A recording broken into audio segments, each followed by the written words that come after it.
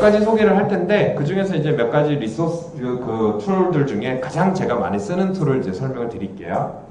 그리고 이제 아이디어의 원천에 대해서 많이들 생각을 하실 거예요. 자, 일단 불편한 점을 먼저 찾으셔야 돼요. 이게 불편하다는 걸 딱 찾으셔야 돼요. 그러면 그 불편함을 해결해야 되잖아요. 그렇죠? 문제. 그 문제를 해결하는 방법이 아주 간단해야 된다는 거예요. 복잡하고 돈이 많이 들어가고 어마어마한 시간과 어마어마한 인력이 투입되는 사업은 큰 기업들은 할 수 있지만 우리 스타트업들은 하기가 쉽진 않죠.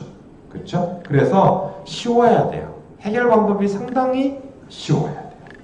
두 번째는 경영에서는 이 두 가지가 너무너무 중요한 화두입니다. 첫 번째가 효율성, 두 번째가 효과성. 예, 지난 시간에 약간 설명을 드렸지만 효율이라는 거는 들어가는 거 대비 나오는 거, 그쵸? 1리터에 10km 가는 차, 1리터에 15km 가는 차가 있으면 15km 가는 차가 효율성이 좋은 거잖아요. 연비 효율이. 그러니까 효율성을 높이는 것이 중요하다.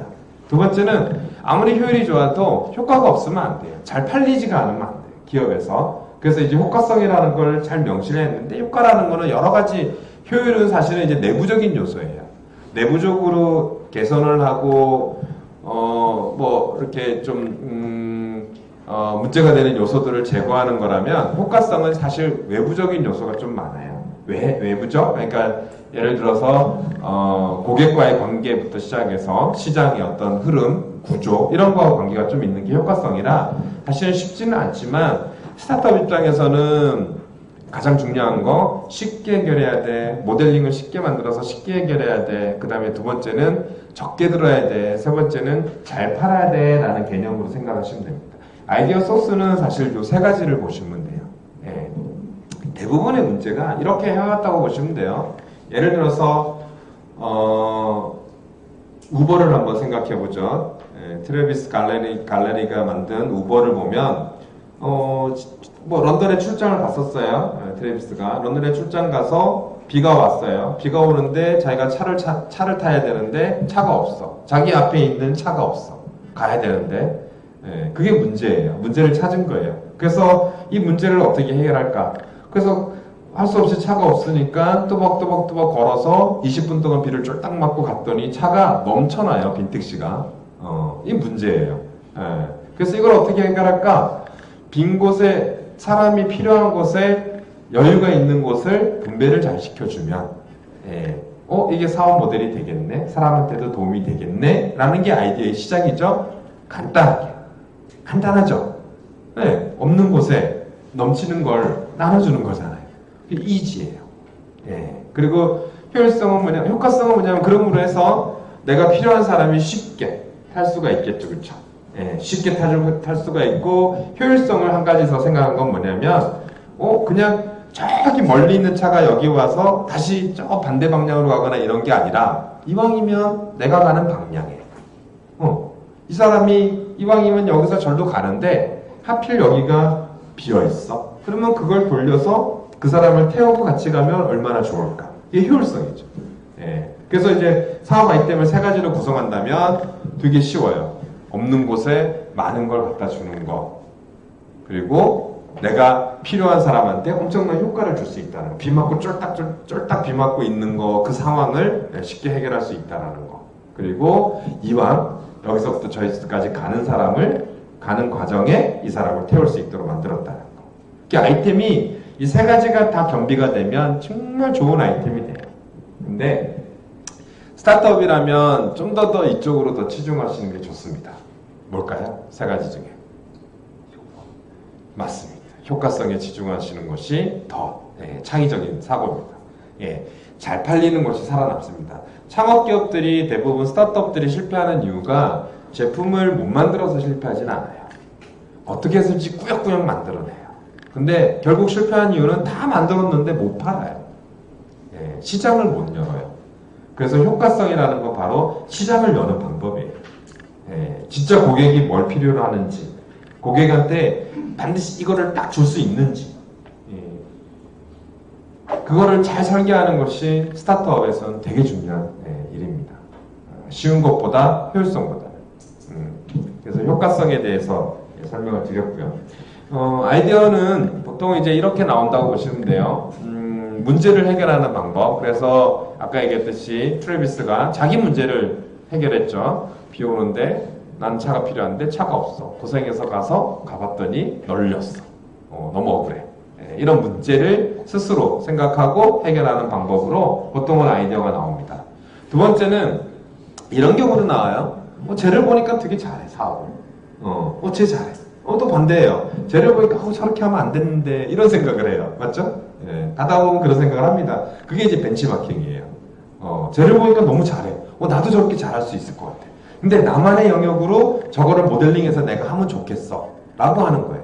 그래서 우리 알리바바를 보시면 사실 근원이 어디죠? 아마존이에요. 아마존의 모델링 벤치마킹에서 중국에다 알리바바를 차린 거죠. 근데 지금은 역전됐죠, 그렇죠?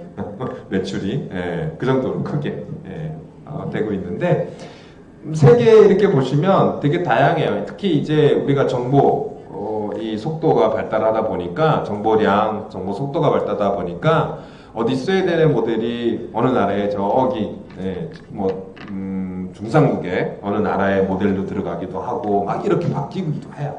실제로. 그래서 해외에 있는 모델이 한국에 들어와서 성공하기도 하고 또 한국에 있는 스타트업 모델들이 해외 나가서 성공하는 케이스도 종종 있어요. 그런 케이스가. 그래서 그런 것들은 다 뭐냐? 벤치마킹이라. 벤치마킹. 좋은 사업 아이템이에요. 그래서 대기업들도 벤치마킹을 상당히 많이 합니다. 똑같은 경쟁사 벤치마킹을 하기도 하고요. 그렇지 않고 다른 업체, 다른 유형, 다른 산업군에 대한 벤치마킹도 상당히 많이 해요. 그래서 그 업체가 갖고 있는 혁신적인 모델들을 적용을 해서 융합을 하는 경우도 있고요. 그래서 아이템을 많이 만들죠. 그래서 보통 아이템은 이렇게 두 가지로 보통 나온다고 보시면 됩니다. 내가 이렇게 봤을 때 저게 문제야. 그래서 저걸 해결하면 좋은 결과가 있을 것 같아. 라는 문제를 정의하고 문제를 푸는 과정에서 아이템. 두 번째는, 쟤 저렇게 하네? 나도 저렇게 할 수 있을 것 같은데? 우리만의 이렇게 바꾸면 좋겠는걸? 또 반대로, 저렇게 하면 안 될 것 같은데? 내가 저걸 저렇게 하면 안 되니까 이렇게 다르게 해서 해보면 될 것 같은데? 라고 하는 거. 두 가지. 이렇게 보통은 이제 아이디어가 나온다고 보시고요.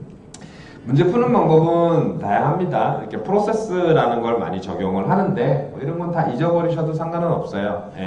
꼭 이걸 준수할 필요는 없는데 이렇게 함으로 해서 이걸 이제 그러니까 이 몸에 이제 체득화시키는 게 되게 좋거든요. 문제를 풀 때 문제를 디텍트하고 그냥 이걸 어떡하지? 어떤 방법을 쓰지? 이렇게 생각하기보다는 문제에서 이 문제를 어떤 원인을 찾고 그 원인에 대한 여러 가지 다양한 해법들을 찾아서 적용해 봤더니 어느 게 가장 좋아.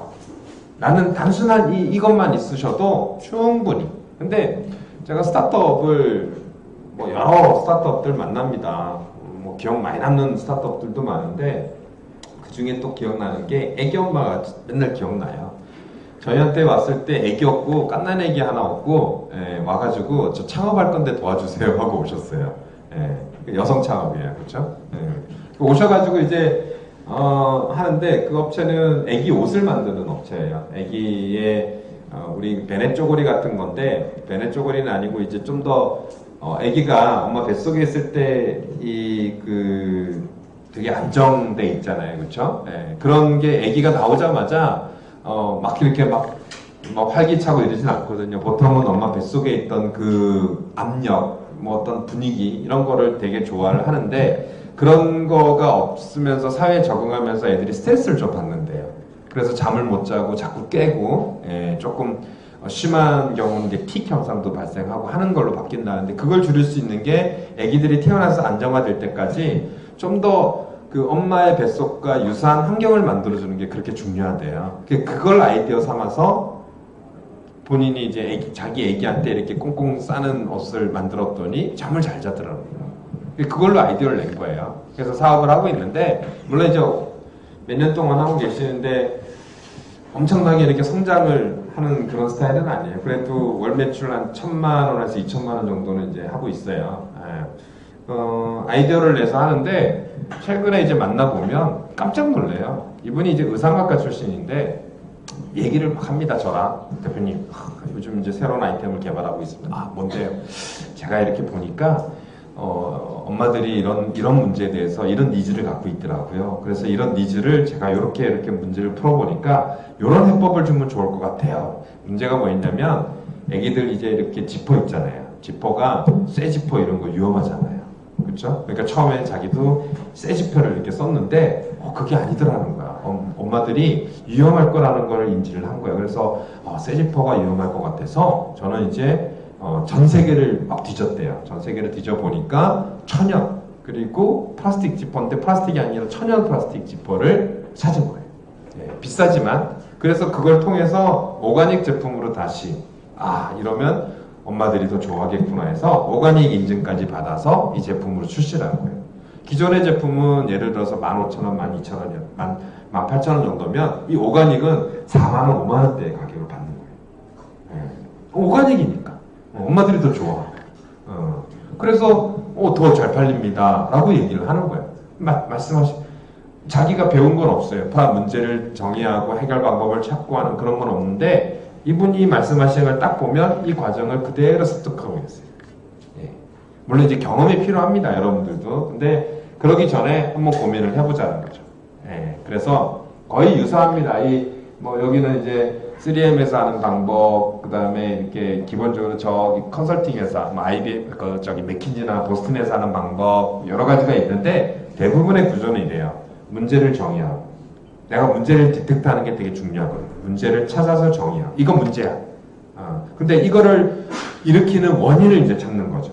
그렇죠? 지난 시간에 제가 다리가 아팠다고 말씀을 드렸고, 다리가 아프면 문제죠. 다리가 아픈 게. 그 원인은 뭐라고요? 오래 서 있어서. 그쵸? 그 오래 서 있는 원인을 찾았어요. 근데 그 단순한 원인, 오래 서 있었기 때문에 앉으면은 해결해 라고 했는데, 그 해결은 지금도 벌써 시작도 안 했는데 다리가 아파요. 그쵸? 그러면 안 되잖아요? 그러니까 그 문제의 근본적인 원인을 찾아야 돼요. 그래서 문제를 찾고 원인을 나열하고 그 근본적인 원인이 그 중에서 8대2 법칙. 그 중에서 정말 이 문제를 해결하는데 80%의 해결 가치를 갖는 20%를 찾아서 그 문제를 해결해 보니 맞더라. 그래서 그거를 솔루션으로 정의한다. 이 과정이 대부분은 다 유사한 거예요. 그 내용을 보시면 다 그래요. 다시 한 번 더 정의하면 문제를 먼저 찾고 문제를 정의합니다. 그리고 근데 사실 중간에 하나가 더 있어요. 문제를 정의할 때는 이 문제가 그냥 다리 아파라고 하는 얘기보다 좀 더 많이 또 말씀드리면 내 피로도가 몇 %야 라고 하는 게 더 문제 해결할 땐 좋거든요. 예를 들어서 공장 같은 경우는 이렇죠. 비용이 많이 들어. 그럼 그냥 그거보다는 기존에 우리가 한 달 비용이 1,000원 들었는데 이번에 1,200원이 들었어. 200원이 더 들었어 라고 얘기하는 게 내가 계산할 때 200원이라는 걸 계산할 수 있는 거거든요. 무턱대고 몸무게를 줄이겠어 라고 하는 것보단 몇 킬로를 줄이겠어가 중요하다는 얘기예요. 그래서 문제를 정의할 땐 좀 정량화시키는 게 되게 중요해요. 그래서 문제를 정의하고 거기에다 근본적인 원인을 쭉 찾는 겁니다. 많이 찾아야 돼요. 많이 찾아야 돼요. 그런데 그 중에서 가장 크리티컬하고 가장 핵심적인 원인을 고르는 거예요.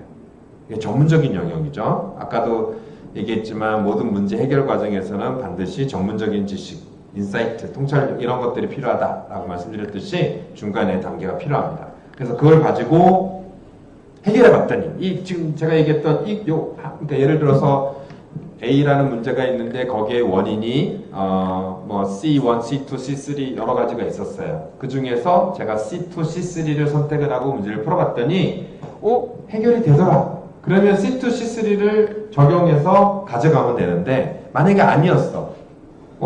나는 C2, C3라고 생각했는데 아니야. 그러면 C4를 다시 적용해 보는 거죠. 빠르게. 다 적용하면 문제는 해결하겠지만 그러면 뭐가 많이 든다고요? 비용이 많이 든다. 린 모델에서 원하는 게 아니라.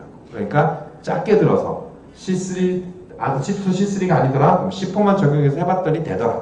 그럼 C4를 문제 해결법, 솔루션으로 찾는 겁니다. 그런 과정이 문제 해결 방법이라고 보시면 되고요.